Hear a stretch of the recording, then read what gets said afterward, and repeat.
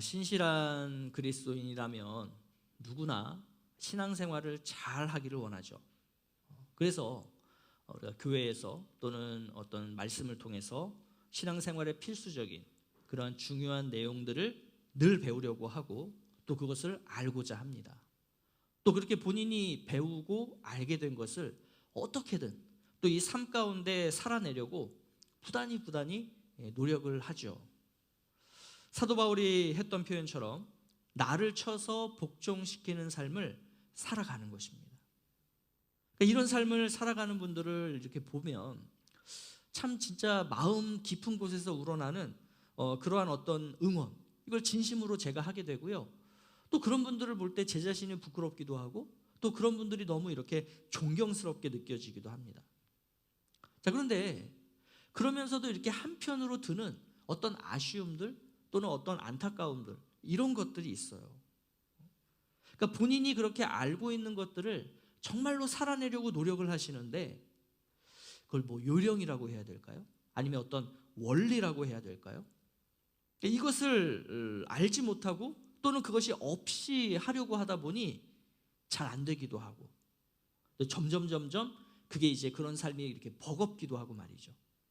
그래서 심지어 어떤 분은 그 가치 있고 고귀한 삶을 이제는 좀 이렇게 포기하려고 하는 이러한 모습들을 이렇게 보게 될 때 참 안타깝고 포기하지 않으셨으면 좋겠다, 이런 생각이 제 안에 들더라고요. 그럼 우리말에도 이런 속담이 있지 않습니까?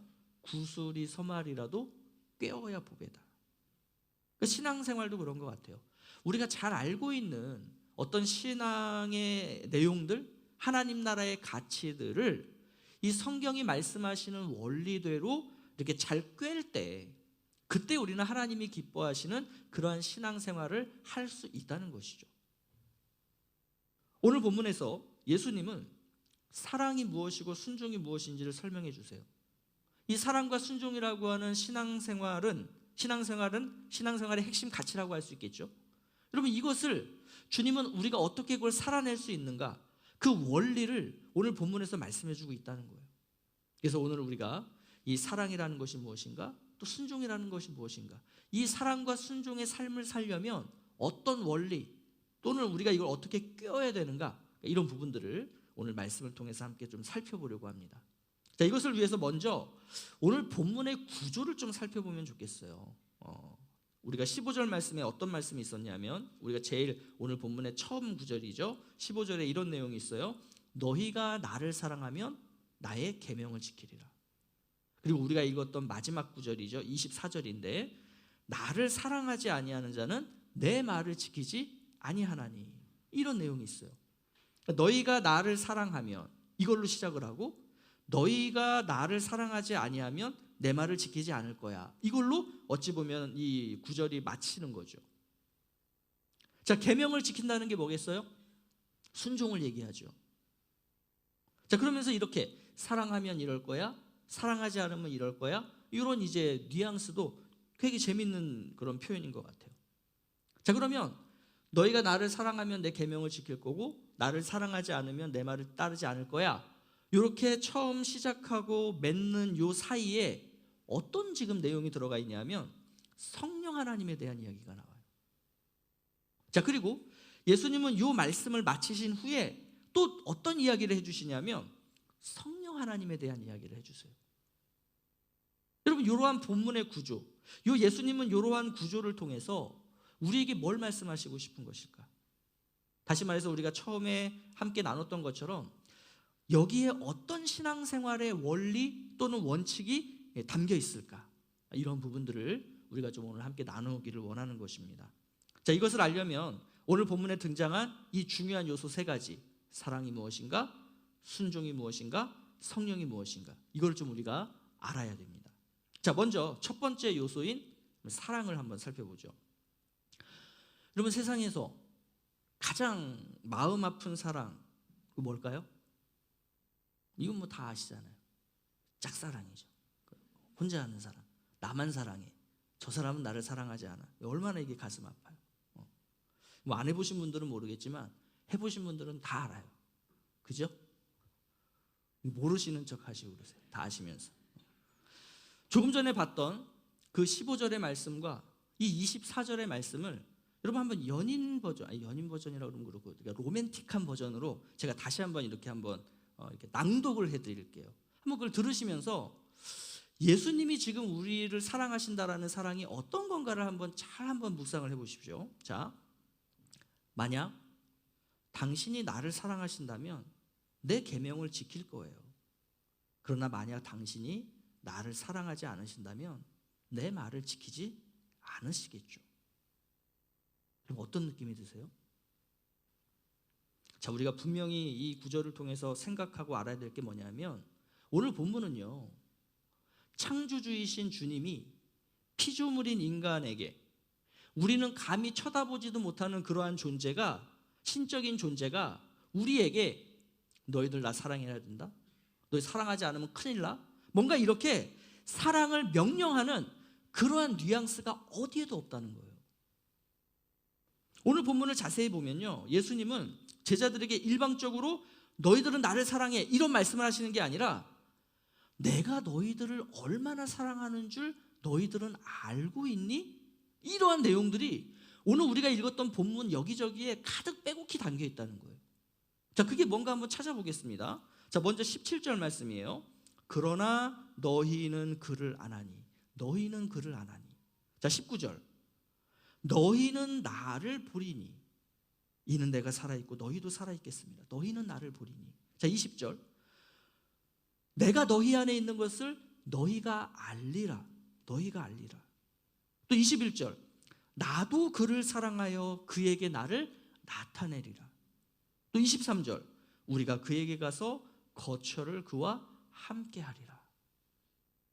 너희는 그를 아나니? 너희는 나를 보리니? 너희가 알리니? 나도 그를 사랑하여 그에게 나를 나타내리라. 거처를 그와 함께 하리라. 여러분, 주님이 제자들에게 해주신 이 표현들은 어떤 의미냐면요, 인격적인 관계라는 거예요. 인격적인 사랑이라는 거예요. 다시 말해서 우리와 동등한 위치에서의 사랑을 지금 주님은 하고 있다는 거예요. 주님의 메시지는 이거예요. 당신은 나에게 있어서 매우 특별한 존재입니다. 내가 당신을 얼마나 사랑하는지, 내가 당신을 어떻게 사랑하는지 당신은 아십니까? 나의 이 사랑이 나만의 짝사랑이 되지 않았으면 좋겠습니다. 당신도 나를 사랑해 주지 않으시겠습니까? 라고 하는 이러한 주님의 어떻게 보면 사랑 고백이라고 할 수 있는 거예요. 1959년에 커티스 보크라고 하는 그 미국의 법학자가 그 스타 웜우드라고 하는 책을 썼습니다. 그 책 중에 이런 내용이 있는데, 이 내용은 그 기차에서 만난 두 남자, 그러니까 기차에서 만나서 친구가 된 두 남자의 이야기를 이 법학자가 이제 쓴 거예요. 자, 그 내용 중에 한 구절을 제가 한번 읽어드릴 테니까 여러분도 함께 잘 들어봐 주시면 좋겠습니다. 그는 죄수로 멀리 있는 감옥에 수감되어 있었다가 5년 만에 추록했는데 가족들은 너무 가난해 찾아오지도 못하고 신문 기사를 거의 못 읽을 정도로 배우지 못했다고 말했다. 그래서 그는 감옥에서 나와 집으로 돌아갈 때 자신을 위한 신호를 만들어 놓으라고 편지를 썼는데, 만약 가족들이 그를 원한다면 정원 맨 끝자락 철도 가까이에 있는 큰 사과나무에 흰 리본 하나를 묶어주어라. 그러면 자신이 기차에서 내리겠다라는 것이었다. 그러나 만약 가족들이 그를 원치 않는다면 아무것도 걸어두지 말아라. 그러면 그는 기차에서 내리지 않고 다른 곳으로 가서 새 인생을 찾겠다라는 것이었다. 마을이 점차 가까워지자 그는 차마 밖을 볼 수가 없다라고 말했다. 그의 새 친구는 그를 대신해서 창가 쪽에 앉아 내가 사과나무를 보고 당신에게 말해주겠노라고 했다. 시간이 흘러 그는 남자의 팔을 잡았다. 바로 여기야. 그가 말했다. 세상에 나무 전체가 흰 리본으로 덮여 있어. 여러분, 이 이야기 너무나 우리가 잘 알고 있는 이야기 아닙니까? 이 이야기로 되어진 유명한 팝송도 있죠. 그리고 1960년대에는 미국 교회들에서 이와 유사한 이야기들이 많이 회자가 되었다라고 해요. 왜냐하면 탕자의 비유와 굉장히 유사한 그러한 내용을 가지고 있기 때문이다라고 이야기를 하더라고요. 자, 그럼 우리가 한번 생각을 해보죠. 5년의 수감 생활을 마친 남편이자 아빠였던 이 남자는 자신이 그렇게 5년을 가족들과 함께하지 못한 것에 대해서, 즉 아빠의 역할, 남편의 역할, 가장의 역할을 하지 못한 것에 대해서 굉장히 가족들에게 미안했던 것 같아요. 그래서 가족들이 나를 원하지 않는다면, 그러한 어떤 범죄자인 나를 아빠로 남편으로 원하지 않는다면 내가 집으로 돌아가지 않는 것이 사랑하는 가족들을 위한 어떻게 보면 나의 행동이겠다, 이런 생각을 했던 것 같습니다. 자, 그렇지만 가족들은 어떻게 한 거예요? 그 사과나무 가지마다 흰색 리본을 다 달아두었던 거예요. 자, 그럼 한번 생각을 해보세요. 이 가족들은 왜 사과나무 가득 흰 리본을 달아놓았을까요? 이 아빠가, 남편이 내가 나를 받아줄 수 있겠다면, 내가 우리 가정으로 돌아가는 것을 우리 가족들이 허락해 준다면 사과나무에 리본 하나만 달아주세요, 이렇게 얘기했단 말이에요. 그럼 하나만 달면 되잖아요. 하나 달라 그랬으니까. 근데 왜 하나만 달지 않고 이 사과나무 전체에 온통 가지마다 이 흰색 리본을 왜 달았냐는 거예요. 어떤 의미겠어요? 혹시라도 우리 사랑하는 남편이, 우리 사랑하는 아빠가 우리가 그 리본 하나 달아두면 그거 못 보고 우리가 그거 리본을 달지 않은 걸로 생각하고 그냥 지나쳐서 갈까 봐. 그래서 우리 아빠가 이걸 확실히 보고 그 기차에서 내릴 수 있도록 하기 위해서, 그래서 사랑하는 가족의 품으로 그 가정 안으로 돌아올 수 있도록 그 나무 전체에 빼곡히 리본을 달아둔 것 아니겠어요? 하나만 달면 쉬운 거를 그 하나마다 그 높은 곳에 사다리 놓고 올라가서 달 때 여러분 힘들고 피곤하지 않았겠어요? 근데 왜 그 사과나무 가지마다 흰 리본을 다 달았을까요? 이게 인격적인 사랑이라는 거예요. 이게 사랑이라는 거예요. 우리를 향하신, 이 제자들을 향하신 주님의 사랑이 바로 이와 같다라는 것입니다. 나는 너희들을 사랑한단다. 이 표현을 오늘 본문 도처에 빼곡하게 지금 달아두신 거예요. 한 번 말하고 지나가면 못 듣고 지나칠까 봐. 이러한 우리를 향하신 주님의 사랑을 내가 정말로 인정하고 받아들인다면, 내가 안다면, 그래서 나도 그러한 주님을 사랑하기를 원한다면 어떻게 할 것이라고요?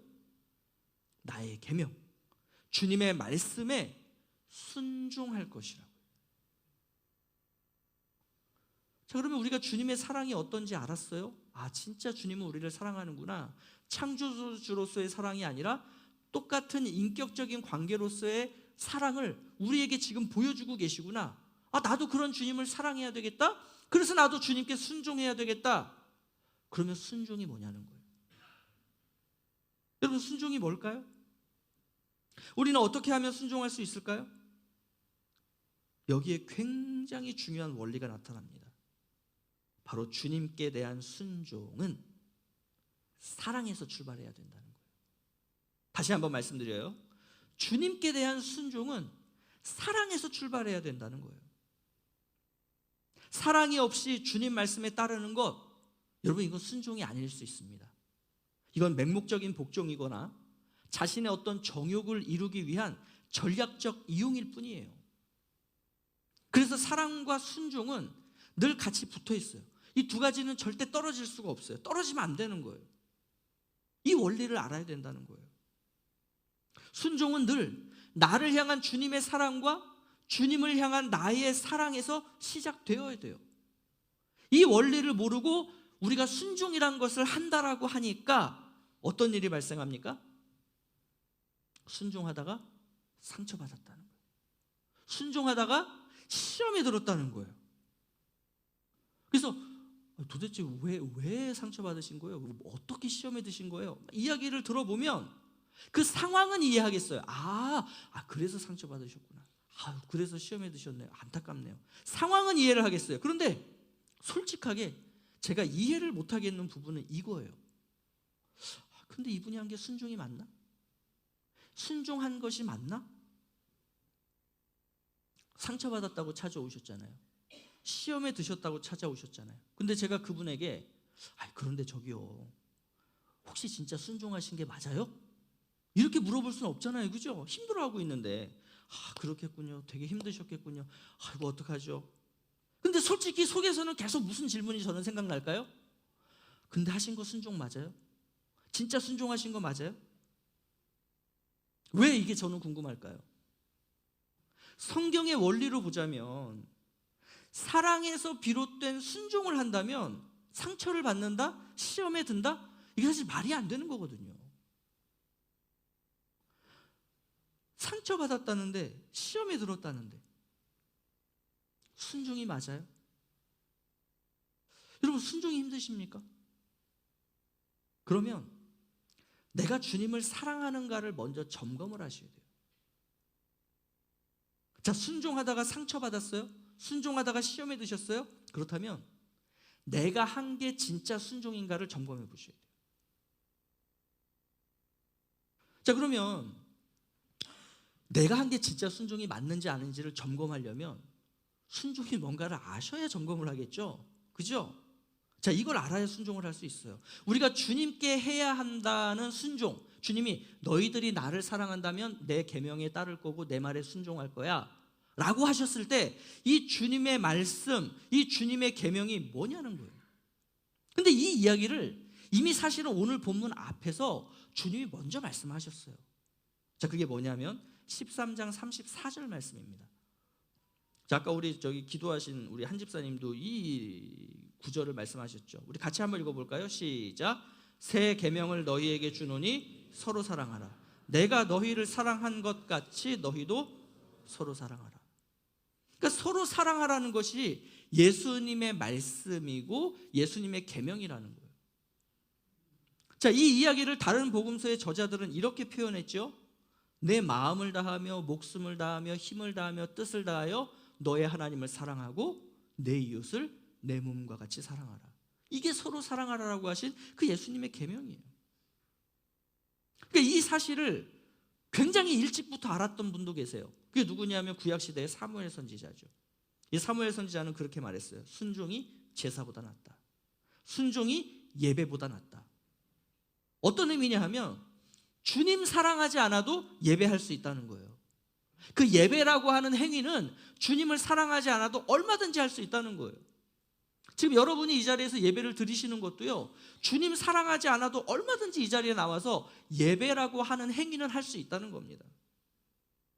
그렇지만 순종은 주님을 사랑할 때만 할 수 있는 것이기 때문에 순종은 형식적인 예배보다 낫다라고 말씀을 하신 거예요. 주님은 예수님이 말씀하신 새 계명을 지키는 것, 이게 순종이라고 하셨어요.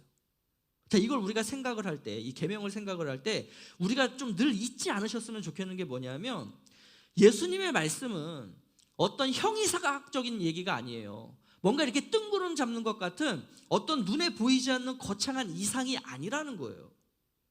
예수님의 계명은 저 멀리 있는, 내가 한 번도 본 적 없는 그 사람을 사랑해야 돼, 이런 이야기를 하고 계신 게 아니에요. 주님은 늘 우리의 삶 가까운 이야기를 해주십니다.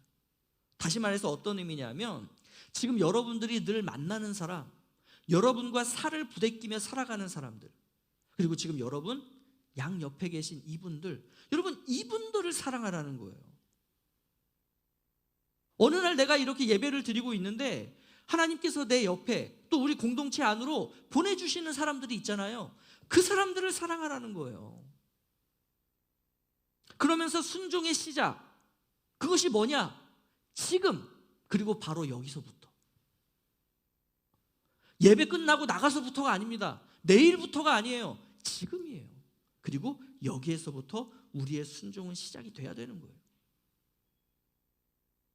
자, 13장 35절 말씀에는 이런 말씀이 있어요. 세상은 우리가 서로 사랑하는 그 모습을 보고 우리가 예수님의 제자라는 것을 알게 될 것이다, 이렇게 기록해 두셨어요. 그러니까 예수님의 제자 된다는 게 어떤 거창하고 어려운 게 아닙니다. 예수 그리스도를 믿고 주님이 나를 얼마나 사랑하는지를 알았고, 그리고 나도 그 주님을 사랑하기를 원한다면, 그래서 주님의 말씀에 순종하기를 원한다면 서로 사랑하시면 돼요. 여러분, 이게 바로 순종인 거예요. 자, 예수님이 이렇게 서로 사랑하라 그러셨어요. 이 서로 사랑한다는 것을 우리가 생각해 보면 우리는 이런 생각을 가질 거예요. 내가 누군가를 사랑하면 저 사람도 나를 사랑할 거야. 이게 서로 사랑이잖아요. 그죠? 자, 그렇지만 우리 인간이라는 존재가 어떤 존재냐면 우리는 여전히 연약해요. 구원받아서 거룩한 성도가 되었다라고 하지만 여전히 우리는 그 죄의 습관, 죄의 습성이 남아있어요. 그렇다 보니 이 다른 사람의 사랑을 받지 못하는 경우들도 많고요. 또 심지어 나를 사랑하는 그 사람에게 오히려 상처를 주기도 하는 거예요. 그래서 아까 그 얘기가 나오는 거예요. 순종했는데 상처받았어요. 순종했는데 시험 들었어요. 근데 주님은 네가 형제 자매를 사랑하면 그 형제 자매도 너를 사랑할 거야, 이렇게 말씀하신 게 아니에요. 주님이 뭐라고 말씀하셨다고요? 내가 너를 사랑한다. 그러니 너희도 서로 사랑해라, 이렇게 말씀하셨어요. 다른 사람에게서 사랑받을 것을 기대하거나 생각하지 말라는 거예요. 그렇게 서로 사랑하지 말라는 거예요. 오히려 내가 사랑하려고 하는 그 사람이 나에게 상처를 줄 수도 있어. 이거를 생각하고 가정하고 그렇게 사랑하라는 거예요. 자, 그러면서 이것을 잊지 말라는 거예요. 이것을 기억하라는 거예요. 뭐냐? 내가 너를 사랑한 것 같이 너희도 서로 사랑해라. 여러분, 이 순서가 너무 중요합니다. 이게 원리예요. 이 순서가 너무 중요해요. 너희가 서로 사랑하면 나도 너희를 사랑할 게가 아니죠. 지금 주님이 뭐라 그러셨다고요? 나는 이미 너희들을 사랑해. 그러니 너희도 서로 사랑하면 좋겠어, 이거예요. 여러분, 이 원리를 늘 기억해야 됩니다. 순종은 사랑에서 시작되어야 돼요. 그런데 이 사랑은 다른 누군가의 사랑이 아니라 주님의 사랑이에요. 주님으로부터 오는 사랑이에요. 내가 경험한 그 사랑이에요. 주님이 나를 사랑하시는 것, 이것을 내가 진짜로 믿고 안다면 순종은 여기부터 시작이 되어야 되는 겁니다. 자, 그런데 이렇게 살아가는 게 쉽던가요? 뭐 주님이 이렇게 말씀하셨으니 그게 막 저절로 그렇게 되던가요? 막 내 안에서 막 사랑이 샘솟아. 거기서 막 미웠던 애가 막 엄청 사랑스러워 보이고 막 이래요? 안 그러잖아요. 여러분, 이 예수님이 말씀하신 서로 사랑하라는 게 간단한 명령 같지만 이게 사실은 우리의 힘과 우리의 마음으로는 절대 살아갈 수 없는 거예요. 그래서 반드시 도움이 필요합니다. 우리를 이렇게 살 수 있도록 도움이 있어야 돼요. 이분의 도움이 있어야만 우리는 서로 사랑할 수 있다는 거죠. 여러분, 그러면 주님은 우리가 이렇게 주님을 사랑하고 또 서로를 사랑할 수 있도록 돕는 분을 보내주시겠다라고 하셨는데, 이 돕는 분, 우리가 서로를 사랑할 수 있도록 돕는 이분이 누구라는 거예요? 그분이 바로 성령 하나님이라는 거예요. 너희가 나를 사랑한다면 내 계명을 따를 거야. 너희가 나를 사랑하지 않는다면 내 말을 따르지 않겠지. 그 사이에 성령 하나님에 대한 이야기가 나오는 이유가 그래서라고요. 이 삶을 살려면 성령 하나님이 필요해요. 이 삶을 살려면 성령 하나님이 필요해요. 그래서 이 이야기 사이에 성령님이 계시고 이 이야기 다음에 성령에 대한 이야기가 나오는 것입니다. 여러분, 그렇다면 우리 성령님은 어떻게 우리가 서로 사랑하도록 도우실까요? 도대체 성령 하나님은 어떤 분이실까요? 이걸 다음 시간에 우리가 이야기를 이제 하려고 하는 거예요. 그래서 다음 시간에 예배에 빠지시면 되겠어요? 안 되겠어요? 진짜 중요한 거는 다음 시간이에요. 빠지시면 안 되는 거예요. 자, 말씀을 마무리를 하겠습니다. 주님을 사랑하고 또 이 제자들이 서로 사랑하는 것은 주님이 말씀하신 계명이에요. 제자라면 이 말씀에 순종해야 합니다. 우리가 말하고 생각하고 행동하는 모든 것에는 하나님의 사랑이라고 하는 것과 이웃사랑, 이 서로 사랑이라고 하는 그 가치와 의미가 담겨야 돼요. 여러분이 지금 이 자리에서 예배를 드리시는 것에도 어떤 가치가 담겨야 되냐면 하나님 사랑과 이웃 사랑이라는 가치가 담겨야 돼요. 여러분이 예배를 마치고 돌아가셔서 각자의 삶의 자리에서 살아가실 때 그 삶의 자리가 순종으로서의 행위가 되려면 내가 살아가는 삶의 내용 가운데 하나님 사랑, 이웃 사랑이라는 가치를 담으셔야 되는 거예요. 그게 신앙생활이에요. 그것이 없는 어떤 행위들, 기도를 하고 말씀을 보고 예배를 드리고 성경 공부를 하고 다 순종 아니라고요. 나를 위한 거예요. 나를 위한 행위예요. 우리가 이렇게 주님이 나를 사랑하신다는 걸 나도 알아요. 주님이 사랑하신다는 걸 나도 인정해요. 그래서 나도 주님 사랑하고 싶어요. 그래서 그 주님의 말씀, 주님의 계명, 서로 사랑하라는 그 계명에 내가 순종하고 싶어요. 그런데 내 힘으로 안 돼요. 성령 하나님 도와주세요. 우리가 이러한 자세로 삶을 살아갈 때 우리의 삶 가운데에는 성령 하나님의 도우심과 역사들이 경험되는 그러한 참된 순종의 삶을 살아가게 되는 줄로 믿습니다. 주님이 나를 사랑하신다는 것을 정말로 믿으십니까? 여러분, 그렇다면 이제는 순종의 삶으로 나아가십시오. 성령님께서 도우실 거예요. 그래서 이러한 순종의 삶, 이러한 사랑의 삶을 통해 그 주님의 사랑을 이 세상 가운데 나타내서 보여줄 수 있는 그러한 참된 예수 그리스도의 제자들이 되실 수 있기를 예수님의 이름으로 축복합니다.